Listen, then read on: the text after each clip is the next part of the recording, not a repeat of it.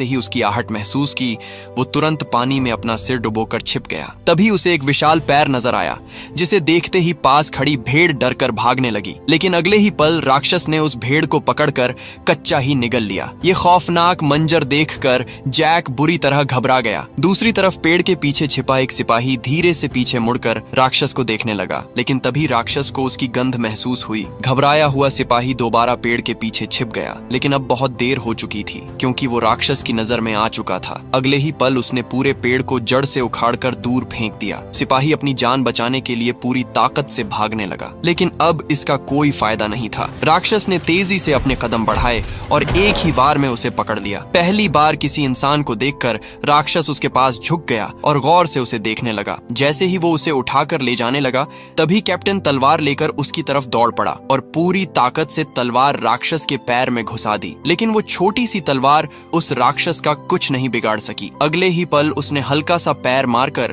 Captain को दूर फेंक दिया। फिर उसने अपने पैर में फंसी तलवार निकाली और दोनों सिपाहियों को उठाकर खाने के लिए अपने साथ ले गया। दूर खड़ा जैक ये सारा नजारा देख रहा था। उसी पल उसे एहसास हुआ कि यहाँ आकर उसने कितनी बड़ी गलती कर दी थी। इसके बाद सीन शिफ्ट होता है और हमें दिखाया जाता है कि एक पादरी की मदद से जैक को कुछ जादुई बीज मिले थे। लेकिन जैसे ही जैक अपनी गर्लफ्रेंड, जो एक राजकुमारी थी, उससे मिलने आया, तभी उन बीजों में से एक बीज पानी के संपर्क में आते ही तेजी से बढ़ने लगा और अगले ही पल अचानक पूरा लकड़ी का घर जोर जोर से हिलने लगा और नीचे से अजीब और डरावनी आवाजें आने लगी। इससे पहले कि ये दोनों कुछ समझ पाते, तभी अचानक जमीन फट गई और एक विशाल बेल घर को चीरते हुए सीधा आसमान की तरफ बढ़ने लगी। ये देखते ही राजकुमारी घबरा गई और तुरंत वहां से भागने की कोशिश करने लगी, लेकिन तभी एक भारी मेज उसके ऊपर आ गिरी। जैक उसे बचाने के लिए आगे बढ़ा, लेकिन उससे पहले ही बेलों ने उसे उछालकर घर से बाहर फेंक दिया। उसी पल घर का दरवाजा अचानक खुल गया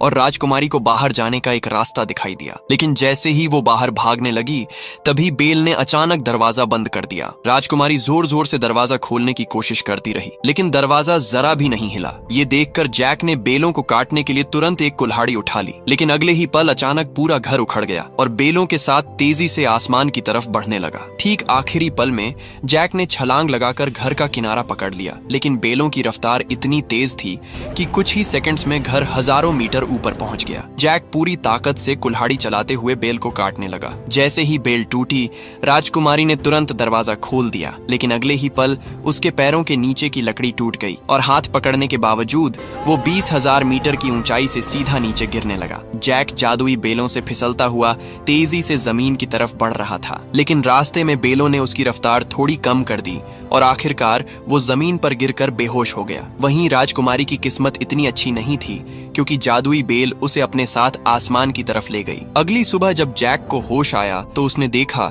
कि सामने राजा खड़ा था, जो राजकुमारी को ढूंढ रहा था। ये देखकर जैक घबरा गया और मजबूरी में उसने राजा को पूरी बात बता दी। जब जैक ने आसमान की तरफ इशारा किया, तभी सबकी नजर एक विशाल बेल पर पड़ी, जो सीधा आसमान को चीरती हुई ऊपर की तरफ बढ़ रही थी। राजा को जैसे ही सच्चाई का पता चला, उसने बिना देर किए सिपाहियों की एक टीम को जैक के साथ राजकुमारी को बचाने के लिए भेज दिया। कुछ ही देर में सभी लोग उस बेल के सहारे ऊपर चढ़ते हुए बादलों के पार पहुंच गए। वहां कैप्टन आगे बढ़ा और बेल के एक किनारे से दूसरे किनारे की तरफ स्लाइड करने लगा, क्योंकि ऊपर जाने का यही एक रास्ता था। मजबूरी में जैक ने भी अपनी बेल्ट उतार ली और आगे बढ़ने के लिए तैयार हो गया। लेकिन जैसे ही वो आगे बढ़ने वाला था, तभी पास खड़े एक सिपाही ने जैक को लात मारकर आगे की तरफ धकेल दिया। इतनी ज्यादा ऊंचाई देखते ही जैक की हालत खराब हो गई और बीच रास्ते में स्लाइड करते वक्त अचानक उसका हाथ छूट गया और वो सीधा नीचे जा गिरा। लेकिन किस्मत से बीच रास्ते में बेलों ने उसे थाम लिया। होश में आते ही जैक ने बिना देर किए दोबारा ऊपर चढ़ना शुरू कर दिया, लेकिन जैसे ही वो काफी ऊंचाई पर पहुंचे,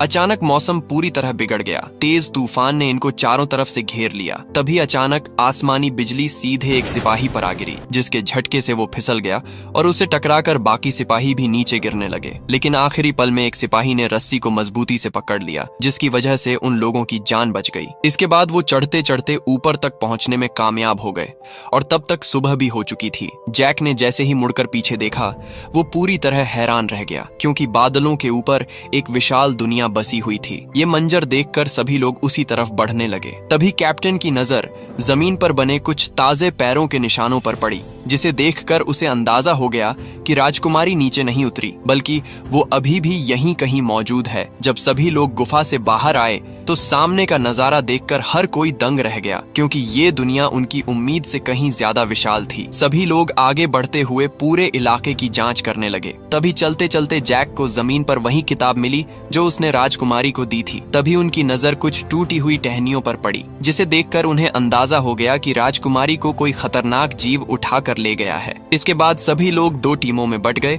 और अलग अलग दिशाओं में राजकुमारी की तलाश में निकल पड़े। रास्ते में जैक और उसके साथी एक नदी के पास पहुंचे, जहां उन्हें भेड़ों का एक झुंड दिखाई दिया। कई दिनों से भूखे होने की वजह से उन्होंने एक भेड़ को पकड़कर पकाने का फैसला किया, लेकिन जैसे ही वो भेड़ को पकड़ने के लिए आगे बढ़े, तभी पानी में लगा हुआ जाल अचानक एक्टिव हो गया। जैक ने बिना देर किए तुरंत अपना चाकू निकाला और जाल को काटने लगा। उधर कैप्टन भी रस्सी काटकर उन लोगों को छुड़ाने की कोशिश कर रहा था, लेकिन तभी अचानक उसने एक अजीब चीज नोटिस की। पास के सारे पक्षी अचानक डरकर उड़ गए और सारी भेड़ें भी एक साथ वहां से भागने लगी। कैप्टन को खतरे का एहसास हुआ, लेकिन फिर भी वो रस्सी काटने में लगा रहा। आखिरकार दोनों किसी तरह जाल से बाहर निकल आए, लेकिन तभी जंगल के अंदर से एक डरावनी आवाज गूंज उठी और उसी पल एक विशाल दानव उनके सामने आ गया। दानव ने दोनों सिपाहियों को पकड़ा और अपने साथ ले गया। जैक चुपचाप दानव का पीछा करने लगा, ताकि सही मौका मिलते ही अपने साथियों के साथ राजकुमारी को भी बचा सके।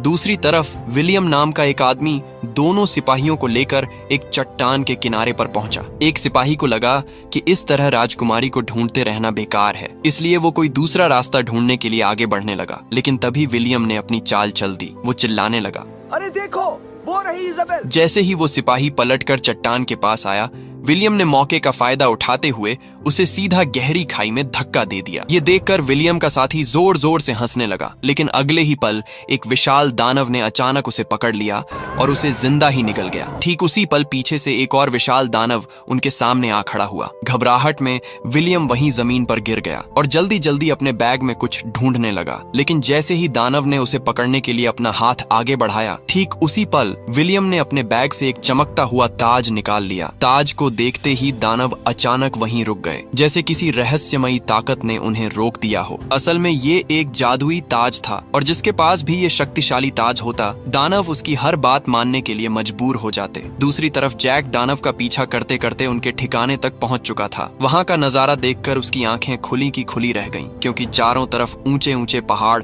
और खूबसूरत झरने थे, जो किसी स्वर्ग से कम नहीं लग रहे थे। वहीं एक विशाल 2 सिर वाले दानव ने राजकुमारी को एक पिंजरे में कैद करके रखा हुआ था। फिर वो राजकुमारी को बाकी दानवों के पास ले गया, जहां सारे दानव इकट्ठा होकर उसे घूरने लगे। तभी वो दानव भी वापस आ गया, जिसने कैप्टन और उसके साथी को पकड़ा था। उसने दोनों को लाकर 2 सिर वाले दानव के सामने रख दिया। ये देखकर 2 सिर वाले दानव को शक हुआ कि शायद यहाँ और भी इंसान मौजूद हैं। इसलिए उसने जमीन पर पड़े कैप्टन के साथी को पकड़ लिया और उसे जिंदा ही निगल गया। इसके बाद वो कैप्टन को धमकी देने लगा कि वो राजकुमारी को भी खा जाएगा। तभी पास से एक ऐसी आवाज गूंजी जिसने सभी दानवों का ध्यान अपनी तरफ खींच लिया। दरअसल वो आवाज किसी और की नहीं, बल्कि उसी धोखेबाज विलियम की थी। उसके सिर पर चमकते हुए ताज को देखते ही बाकी सभी दानव तुरंत घुटनों के बल झुक गए। इसके बाद वो 2 सिर वाले दानव की तरफ बढ़ा और उसे भी घुटनों पर झुकने का हुक्म दिया। उसके सिर पर ताज देखकर 2 सिर वाले दानव को मजबूरी में झुकना पड़ा। इसके बाद विलियम ने उसके चेहरे पर पैर रखा और धीरे धीरे उसी पर चलता हुआ सिंहासन तक पहुंच गया। और इसी पल से विलियम दानवों की दुनिया का नया राजा बन गया। उसने ऐलान किया कि वह इंसानों पर हमला करके पूरी दुनिया पर कब्जा कर लेंगे। विलियम की बातें सुनकर दानवों की सेना बहुत ज्यादा खुश हुई। दूसरी तरफ दानव ने कैप्टन को पकाने के लिए उठाया और सीधा चिपचिपे आटे पर फेंक दिया। इसके बाद उसने कैप्टन को लपेटकर एक तरफ रख दिया। अब सिर्फ सब्जियां डालना बाकी था। जैसे ही दानव सब्जियां लेने के लिए गया, उसी पल जैक भी वहां आ पहुंचा। जैक को देखते ही राजकुमारी बेहद खुश हो गई, लेकिन जैक ने तुरंत इशारा करके उसे चुप रहने को कहा। उधर दानव अभी भी अपने काम में उलझा हुआ था और इसी मौके का फायदा उठाकर जैक धीरे धीरे राजकुमारी के पास पहुंच गया। उसने पिंजरे का लॉक खोलने की कोशिश की, लेकिन लॉक इतना मजबूत था कि जैक के लिए उसे खोलना नामुमकिन था। तब राजकुमारी ने उसे पहले कैप्टन को बचाने के लिए कहा, जिसे दानव ने सुअरों के साथ एक लाइन में रखा हुआ था। जैक तुरंत कैप्टन के पास पहुंचा और चाकू की मदद से उसे वहां से निकालने लगा, लेकिन उसी पल दानव सब्जी लेकर वापस आने लगा। ये देखकर जैक जल्दी से एक ड्रम के पीछे छिप गया। इसके बाद दानव ने उन सभी को उठाया और पास ही जल रहे भट्ठे में रख दिया। अब जैक ही था जो इन दोनों की जान बचा सकता था। इसके बाद जैक चलता चलता लोहे की एक रिंग तक पहुंच गया, लेकिन दानव को उसकी जरा भी भनक नहीं हुई। तभी दानव ने एक तेज धार वाला चाकू उठाया और सीधा राजकुमारी की तरफ बढ़ने लगा। उसने बिना देर किए राजकुमारी को पकड़कर पिंजरे से बाहर निकाल लिया और फिर उसे टेबल पर रखकर काटने की तैयारी करने लगा। लेकिन तभी जैक ने चुपके से ऊपर रखा एक भारी चाकू उठा लिया। बेखबर दानव जब राजकुमारी को मारने ही वाला था, तभी जैक ने चाकू सीधा उसकी पीठ में घोंप दिया। दर्द की वजह से दानव जोर जोर से चीखने लगा, लेकिन जैक ने चाकू को मजबूती से पकड़े रखा। तड़पता हुआ दानव बेकाबू होकर दीवार से जा टकराया और वहीं मारा गया। ये नजारा देखकर राजकुमारी और कैप्टन हैरान रह गए, क्योंकि जैक ने दानव को मारकर इन दोनों की जान बचा ली थी। इसके बाद तीनों अपनी दुनिया में वापस जाने के लिए उस जादुई बेल के पास पहुंच गए, लेकिन वहां पहले से ही एक दानव पहरा दे रहा था। जब ये लोग सोच ही रहे थे कि अब यहाँ से कैसे निकला जाए, तभी जैक के दिमाग में एक अजीब आइडिया आया। वो कैप्टन के साथ एक मधुमक्खियों का छत्ता लेकर धीरे धीरे उस दानव के पास जा पहुंचा। फिर कैप्टन ने चुपके से दानव का हेलमेट उठाया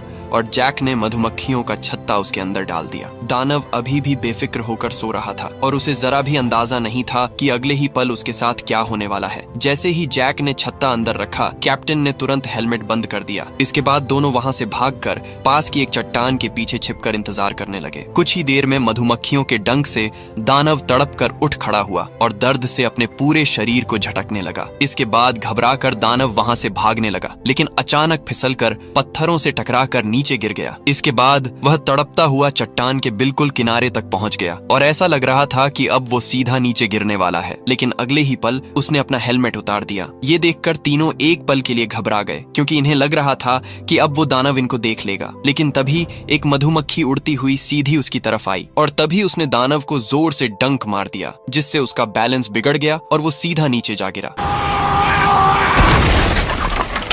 नीचे मौजूद राजा ने जब उसे देखा तो उसे समझ आ गया कि दानव अब नीचे आने वाले हैं। इसलिए उसने तुरंत अपने सिपाहियों को ऑर्डर दिया कि इस बेल को काट दिया जाए, क्योंकि अगर वो दानव जमीन पर आ गए तो वो दुनिया में तबाही मचा देंगे और फिर इस तबाही को कोई नहीं रोक पाएगा। इसके बाद कैप्टन ने जैक और राजकुमारी से कहा कि तुम दोनों जमीन पर चले जाओ, मैं यहीं रुकता हूँ, क्योंकि वो विलियम को किसी भी हाल में रोकना चाहता था। अगर वो दानवों को साथ लेकर जमीन तक पहुंच गया तो हर तरफ तबाही मचा देगा और कैप्टन उसके इरादों को अच्छी तरह जानता था। इसीलिए वो वहीं रुक गया, जबकि जैक और राजकुमारी उसी जादुई बेल के सहारे नीचे उतरने लगे। राजा असल में ऐसा बिल्कुल नहीं चाहता था, क्योंकि उसकी बेटी ऊपर फंसी हुई थी, लेकिन मजबूरी में उसने बेलों को कटवाना शुरू कर दिया, क्योंकि उसे पता था कि ये बेल पूरी दुनिया के लिए एक बड़ा खतरा बन सकती है और इससे भयंकर तबाही मच सकती है। दूसरी तरफ विलियम अपनी दानवों की सेना के साथ जमीन पर आने की तैयारी करने लगा, लेकिन इसी जगह कैप्टन भी छुपकर मौके का इंतजार कर रहा था। इससे पहले कि विलियम अपने बुरे इरादों के साथ जमीन पर जाता, कैप्टन ने तुरंत उस पर अटैक कर दिया और एक चाकू उसके पेट में घोंपकर उसे जान से मार डाला। इसके बाद जमीन पर दिखाया जाता है कि राजा के सिपाही उस बेल को काट चुके थे और वो बेल टूटकर आहिस्ता आहिस्ता नीचे गिरने लगी। जैक और राजकुमारी भी बेल के साथ नीचे गिरने लगे, लेकिन किस्मत से दोनों सीधा घास के एक ढेर पर गिरते हैं, जिसकी वजह से उनकी जान बच गई। दूसरी तरफ कैप्टन भी अपनी जान बचाने के लिए छलांग लगाकर उसी बेल को पकड़ लेता है और सीधा पानी में जा गिरता है, जिसकी वजह से उसकी जान भी बच गई, क्योंकि विलियम अब मर चुका था। इसलिए दो सिर वाले दानव ने उसके सिर से ताज उतारकर अपनी उंगली में पहन लिया। इसीलिए सारे दानव उसे अपना राजा मान लेते हैं, लेकिन अब वो जमीन पर नहीं जा सकते थे, क्योंकि बेल कट चुकी थी। तभी दो सिर वाले दानव की नजर एक छोटी सी थैली पर पड़ी जो विलियम की जेब से गिरी थी। उसमें वही जादुई बीज थे। तभी दो सिर वाले दानव ने उन जादुई बीजों को पानी में फेंक दिया और देखते ही देखते वहां बड़ी बड़ी बेलें उगना शुरू हो गईं। इसके बाद दानव उन बेलों को पकड़कर नीचे की तरफ झुका देते हैं और धीरे धीरे जमीन की तरफ बढ़ने लगते हैं। उधर राजा को आखिरकार उसकी बेटी मिल गई, जिससे वो बेहद खुश होता है और जैक का शुक्रिया अदा करता है। इसके बाद जैक राजकुमारी को गुड बाय बोलकर वहां से जाने लगा, लेकिन तभी उसकी नजर उन्हीं बेलों पर पड़ी जो दोबारा जमीन की तरफ आ रही थीं। ये देखकर वो फौरन अपने घोड़े पर बैठकर राजा को ये बताने के लिए निकल पड़ा कि सबकी जान खतरे में है। वो भागता भागता राजा और राजकुमारी तक पहुंच जाता है और चिल्लाकर बताता है कि दानव धरती की तरफ आ रहे हैं। लेकिन तब तक वो धरती पर पहुंच चुके थे और इन लोगों का पीछा करने लगे। अपनी जान बचाने के लिए सभी लोग महल की तरफ भागने लगे, क्योंकि वो महल ही बचने की आखिरी उम्मीद थी। असल में राजा के पूर्वजों ने ताज पहनकर उन दानवों को हमेशा के लिए ऊपर की दुनिया में भेज दिया था, लेकिन अब दानव वापस धरती पर आ चुके थे और अब वो राजा के परिवार को किसी भी कीमत पर छोड़ने वाले नहीं थे। लेकिन किसी तरह राजा और उसके सिपाही सही सलामत महल तक पहुंच गए, पर जैक पीछे ही रह गया। जिस लकड़ी के पुल के सहारे वो सब अंदर आए थे, कैप्टन उसे ऊपर खींचने का हुक्म देता है, लेकिन आखिरी पल में जैक एक जबरदस्त छलांग लगाकर महल के अंदर आ जाता है। तभी 2 सिर वाले दानव ने उस लकड़ी के पुल को पकड़ लिया और अंदर घुसने की कोशिश करने लगा। ये देखकर कैप्टन ने सभी सिपाहियों को हमले का ऑर्डर दिया और सभी तुरंत उस पर तीर बरसाने लगे, जिसकी वजह से 2 सिर वाला दानव घायल हो गया और सीधा पानी में जा गिरा। राजा के सिपाहियों ने पहले ही नदी के पानी में फ्यूल डालकर आग लगा दी थी, इसलिए वो उस रास्ते से दोबारा ऊपर नहीं आ सकता था। इसीलिए मजबूरन वो पानी के अंदर जाकर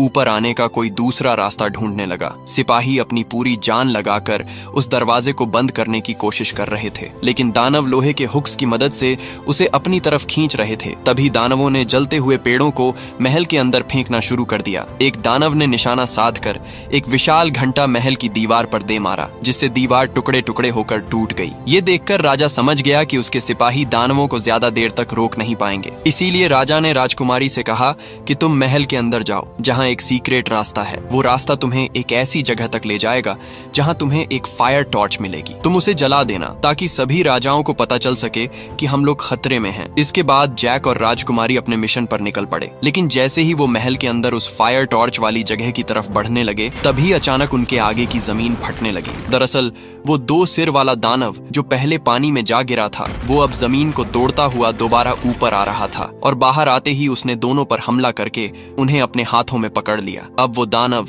जैक को खाने ही वाला था, लेकिन तभी जैक ने अपने पास संभाल कर रखा हुआ वो आखिरी जादुई बीज निकाला और बिना देर किए वो बीज उस दानव के मुंह में फेंक दिया। बीज पेट में जाते ही दानव को कुछ गड़बड़ महसूस हुई और उसने तुरंत दोनों को जमीन पर फेंक दिया। तभी अचानक बेल उसके जिस्म को चीरती हुई बाहर आई और अगले ही पल उसका शरीर टुकड़े टुकड़े होकर बिखर गया। इसके बाद उस दानव का कटा हुआ हाथ जैक के पास आ गिरा, जिसमें वही जादुई ताज अभी भी मौजूद था। दूसरी तरफ सारे दानव महल के अंदर घुस चुके थे और उनके सामने राजा अपने सिपाहियों के साथ खड़ा था। राजा को एहसास हो गया कि अब उनकी मौत तय है, लेकिन अगले ही पल कुछ ऐसा हुआ जिसकी किसी को भी उम्मीद नहीं